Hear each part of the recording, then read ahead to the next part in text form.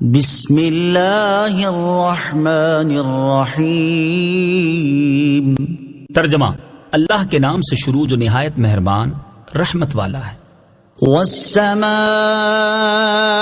ذات البروج۔ ترجمہ: برجوں والے آسمان کی قسم۔ والسماء ذات البروج۔ برجوں والے آسمان کی قسم۔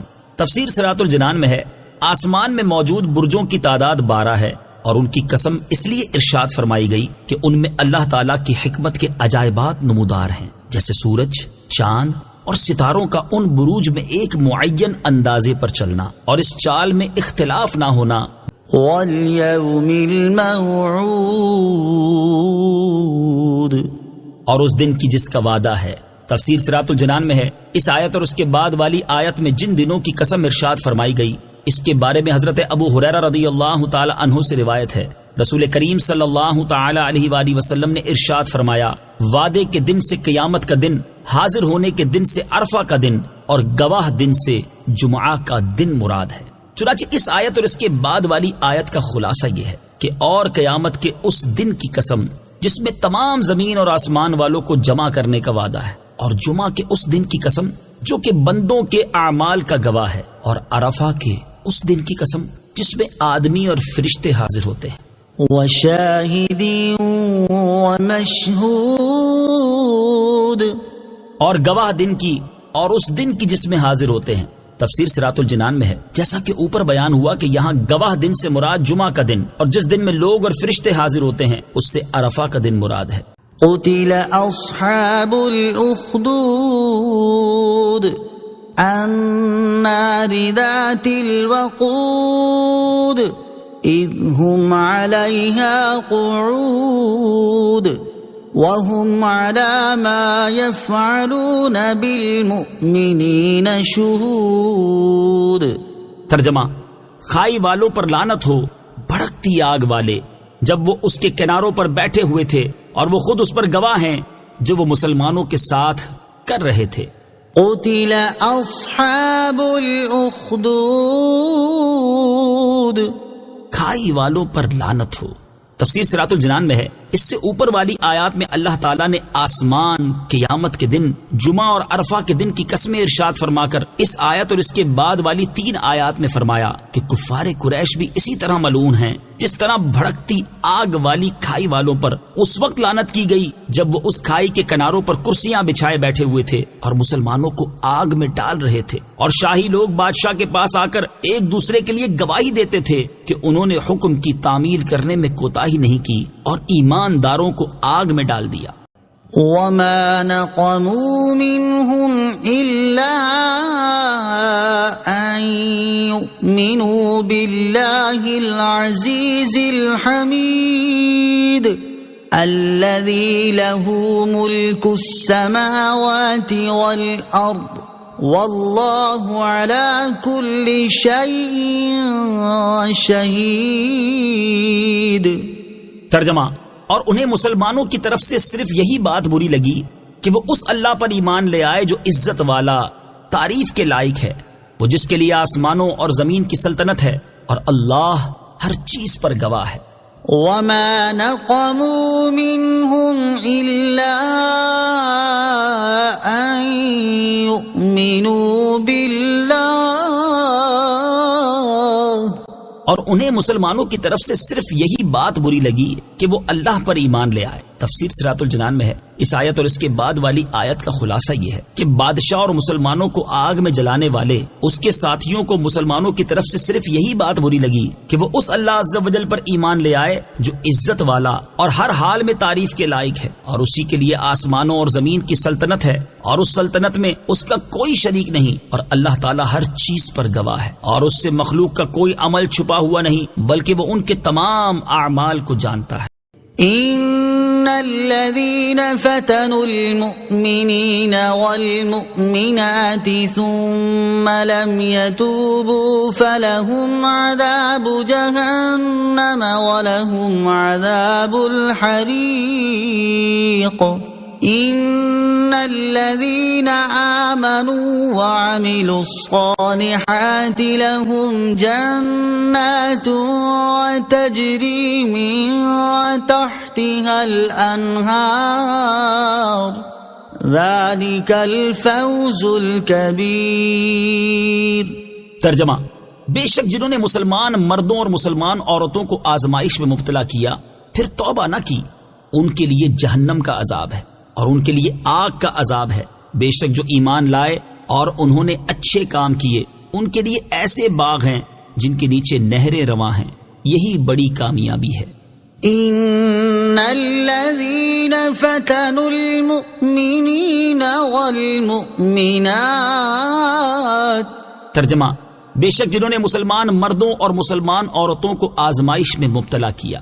تفسیر صراط الجنان میں ہے. اس آیت کی ایک تفسیر یہ ہے کہ بے شک وہ لوگ جنہوں نے مسلمان مردوں اور مسلمان عورتوں کو آگ میں جلا کر آزمائش میں مبتلا کیا پھر اس سے توبہ نہ کی اور اپنے کفر سے باز نہ آئے تو ان کے لیے ان کے کفر کے بدلے آخرت میں جہنم کا عذاب ہے اور ان کے لیے دنیا میں آگ کا عذاب ہے کہ اسی آگ نے انہیں جلا ڈالا اور یہ مسلمانوں کو آگ میں ڈالنے کا بدلہ ہے. دوسری تفسیر یہ ہے کہ بے شک وہ لوگ جنہوں نے مسلمان مردوں اور مسلمان عورتوں کو اذیتیں دے کر آزمائش میں مبتلا کیا پھر اپنے اس عمل سے توبہ نہ کی تو ان کے لیے آخرت میں جہنم کا عذاب ہے اور ان کے لیے قبر میں بھی آگ کا عذاب ہے. ان بطش ربک لشدید. ترجمہ: بے شک تیرے رب کی پکڑ بہت سخت ہے. ان بطش ربک لشدید. بے شک تیرے رب کی پکڑ بہت سخت ہے. تفسیر صراط الجنان میں ہے. ارشاد فرمایا کہ اے پیارے حبیب صلی اللہ تعالی علیہ وآلہ وسلم، بے شک آپ کا رب عز و جل جب ظالموں کو اپنے عذاب میں پکڑتا ہے تو اس کی پکڑ بہت سخت ہوتی ہے، اگرچہ یہ پکڑ کچھ عرصہ ظالموں کو مہلت دینے کے بعد ہو، کیونکہ انہیں مہلت دینا عاجز ہونے کی وجہ سے نہیں بلکہ حکمت کی وجہ سے ہوتا ہے. ظالموں کے لیے نصیحت. اس آیت میں ہر اس شخص کے لیے نصیحت ہے جو لوگوں پر ظلم کرتا ہے کہ اگرچہ ابھی اللہ تعالیٰ نے اس کی پکڑ نہیں فرمائی لیکن جب بھی اللہ تعالیٰ نے اس کے ظلم کی وجہ سے اس کی گرفت فرمائی تو وہ بہت سخت ہوگی اور یہ گرفت دنیا میں بھی ہو سکتی ہے اور آخرت میں بھی، جیسا کہ حضرت ابو سعید خدری رضی اللہ تعالی عنہ سے روایت ہے کہ رسول اللہ صلی اللہ تعالی علیہ وسلم نے ارشاد فرمایا: اے لوگو، اللہ عز و جل سے ڈرو. خدا کی قسم جو مومن دوسرے مومن پر ظلم کرے گا تو قیامت کے دن اللہ عز و جل اس ظالم سے انتقام لے گا. اور حضرت انس رضی اللہ تعالیٰ عنہ سے روایت، رسول اکرم نور مجسم صلی اللہ تعالی علیہ وسلم نے ارشاد فرمایا: جس نے کسی ظالم کی اس کے ظلم پر مدد کی تو قیامت کے دن اس حال میں آئے گا کہ اس کی پیشانی پر لکھا ہوگا یہ اللہ عز و جل کی رحمت سے مایوس ہے. اور حضرت علی المرتضی کرم اللہ تعالی وجہہ الکریم سے روایت ہے، سرور کائنات صلی اللہ تعالی علیہ وسلم نے ارشاد فرمایا: مظلوم کی بد دعا سے بچو کیونکہ وہ اللہ تعالی سے اپنا حق مانگتا ہے اور اللہ تعالی کسی حقدار کو اس کے حق سے منع نہیں کرتا. اللہ تعالیٰ ظالموں کو اپنے ظلم سے باز آنے کی توفیق عطا فرمائے اور ہمیں ظالموں کے ظلم اور شریروں کے شر سے محفوظ فرمائے. آمین. انه هو يبدئ ويعيد وهو الغفور الودود ذو العرش المجيد فعال لما يريد. ترجمہ: بے شک وہ پہلے پیدا کرتا ہے اور وہی دوبارہ پیدا کرے گا اور وہی بخشنے والا ہے، محبت فرمانے والا ہے، عرش کا مالک، عزت والا ہے، ہمیشہ جو چاہے کرنے والا ہے. انه هو يبدئ. بے شک وہ پہلے پیدا کرتا ہے. تفسیر صراط الجنان میں ہے، یعنی بے شک اللہ تعالیٰ بندوں کو پہلے دنیا میں پیدا کرتا ہے پھر ان کی موت کے بعد قیامت کے دن انہیں دوبارہ زندہ کرے گا تاکہ انہیں ان کے اعمال کی جزا دے. اور جو پہلی بار پیدا کرنے اور دوبارہ زندہ کرنے پر قادر ہے، جب وہ کسی کی پکڑ فرمائے گا تو وہ پکڑ بھی انتہائی سخت ہوگی. وَهُوَ الْغَفُورُ الْوَدُودُ. اور وہی بخشنے والا ہے، محبت فرمانے والا ہے. یعنی جو کافر اپنے کفر سے توبہ کر کے ایمان لے آئے، اسی طرح جو گناہگار مسلمان اپنے گناہوں سے توبہ کر لے تو اسے اللہ تعالیٰ ہی بخشنے والا ہے. بلکہ اگر اللہ تعالیٰ چاہے تو گناہگار مسلمان کو توبہ کے بغیر ہی بخش سکتا ہے اور وہی اپنے نیک بندوں سے محبت فرمانے والا ہے. هل أتاك حديث الجنود فرعون وثمود. ترجمہ، کیا تمہارے پاس لشکروں کی بات آئی، فرعون اور سمود؟ هل أتاك حديث الجنود، کیا تمہارے پاس لشکروں کی بات آئی؟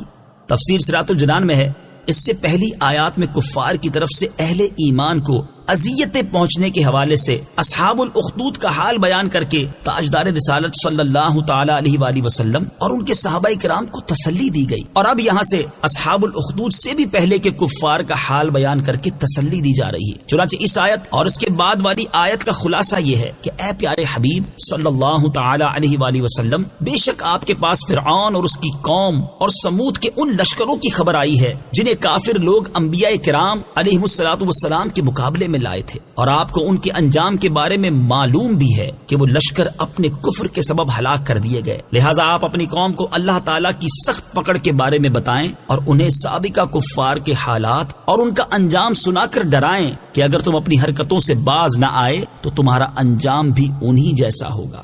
آیت هل أتاك حديث الجنود سے حاصل ہونے والی معلومات، اس سے دو باتیں معلوم ہوئی۔ نمبر ایک، عبرت حاصل کرنے کے لیے کفار کے عذاب سے متعلق سچی تاریخی خبریں معلوم کرنا جائز بلکہ ثواب کا کام ہے۔ نمبر دو، جب عبرت حاصل کرنے کے لیے کفار کے عذاب کی سچی خبریں معلوم کرنا ثواب کا کام ہے تو انبیاء کرام علیہ الصلوۃ والسلام اور اللہ تعالیٰ کے اولیاء کی سیرت و حالات سے متعلق سچی تاریخی خبریں پڑھنا اور پڑھانا، سننا اور سنانا تاکہ ان کی پیروی اور اللہ تعالیٰ کی عبادت کرنے کا شوق پیدا ہو، یہ بھی ثواب کا کام ہے۔ بل الذين كفروا في تكذيب والله من ورائهم محيط. ترجمہ، بلکہ کافر جھٹلانے میں لگے ہوئے ہیں اور اللہ ان کے پیچھے سے انہیں گھیرے ہوئے ہے۔ بل الذين كفروا في تكذيب، بلکہ کافر جھٹلانے میں لگے ہوئے ہیں۔ تفسیر صراط الجنان میں ہے، اس آیت اور اس کے بعد والی آیت کا خلاصہ یہ ہے کہ اے پیارے حبیب صلی اللہ تعالی علیہ وآلہ وسلم، کفار کا جرم صرف یہی نہیں کہ انہوں نے سابقہ امتوں کے کفار کے حالات سن کر نصیحت حاصل نہ کی، بلکہ وہ اس کے ساتھ ساتھ اسی طرح آپ کو اور قرآن پاک کو بھی جھٹلانے میں لگے ہوئے ہیں، جس طرح ان سے پہلی امتوں نے اپنے رسولوں اور ان پر نازل ہونے والی کتابوں کو جھٹلایا، حالانکہ قرآن پاک کا اللہ تعالیٰ کی طرف سے ہونے کا معاملہ واضح ہے اور اس کا یہ وصف روشن اور قطعی دلیلوں سے ظاہر ہے، اور اللہ تعالیٰ ان کافروں کو جانتا ہے اور ان کا کوئی عمل اللہ تعالیٰ سے چھپا ہوا نہیں، اور اللہ تعالیٰ اس بات پر قادر ہے کہ ان کفار پر بھی ویسا ہی عذاب نازل کر دے جیسا ان سے پہلے کفار پر نازل کیا گیا تھا۔ بل هو قرآن مجید فی لوح محفوظ. ترجمہ، بلکہ وہ بہت بزرگی والا قرآن ہے لوح محفوظ میں۔ بل هو قرآن مجید، بلکہ وہ بہت بزرگی والا قرآن ہے۔ تفسیر صراط الجنان میں ہے، اس آیت اور اس کے بعد والی آیت کا خلاصہ یہ ہے کہ قرآن مجید کے بارے میں کفار کا جو گمان ہے کہ یہ شعر اور کہانت ہے، ایسا ہرگز نہیں ہے، بلکہ وہ تو بہت بزرگی والا قرآن ہے اور اس کا مرتبہ اللہ تعالیٰ کی نازل کردہ تمام کتابوں سے بڑا ہے اور وہ لوح محفوظ میں لکھا ہوا ہے۔ قرآن کریم کی عظمت و شان، یاد رہے کہ قرآن پاک خود ایسا عظمت والا ہے کہ جس پر غسل فرض ہو اسے پاک ہوئے بغیر قرآن پاک کو پڑھنا حرام ہے، وضو کے بغیر اسے چھونا منع ہے، اس کی طرف پیٹھ اور جوتے کرنا منع ہے، اور قرآن پاک دوسروں کو ایسی عزت دیتا ہے کہ اس کو لانے والا فرشتہ سب فرشتوں سے افضل ہے، جس مہینے میں آیا وہ مہینہ سب مہینوں سے افضل ہے، جس رات میں نازل ہوا وہ رات سب راتوں سے افضل ہے، جس جگہ آیا وہ جگہ سب جگہوں سے افضل ہے، جس زبان میں آیا وہ زبان تمام زبانوں سے افضل ہے، اور جس محترم نبی پر نازل ہوا وہ نبی تمام نبیوں اور رسولوں علیہم الصلوۃ والسلام کا سردار ہے۔ صدق اللہ العظیم۔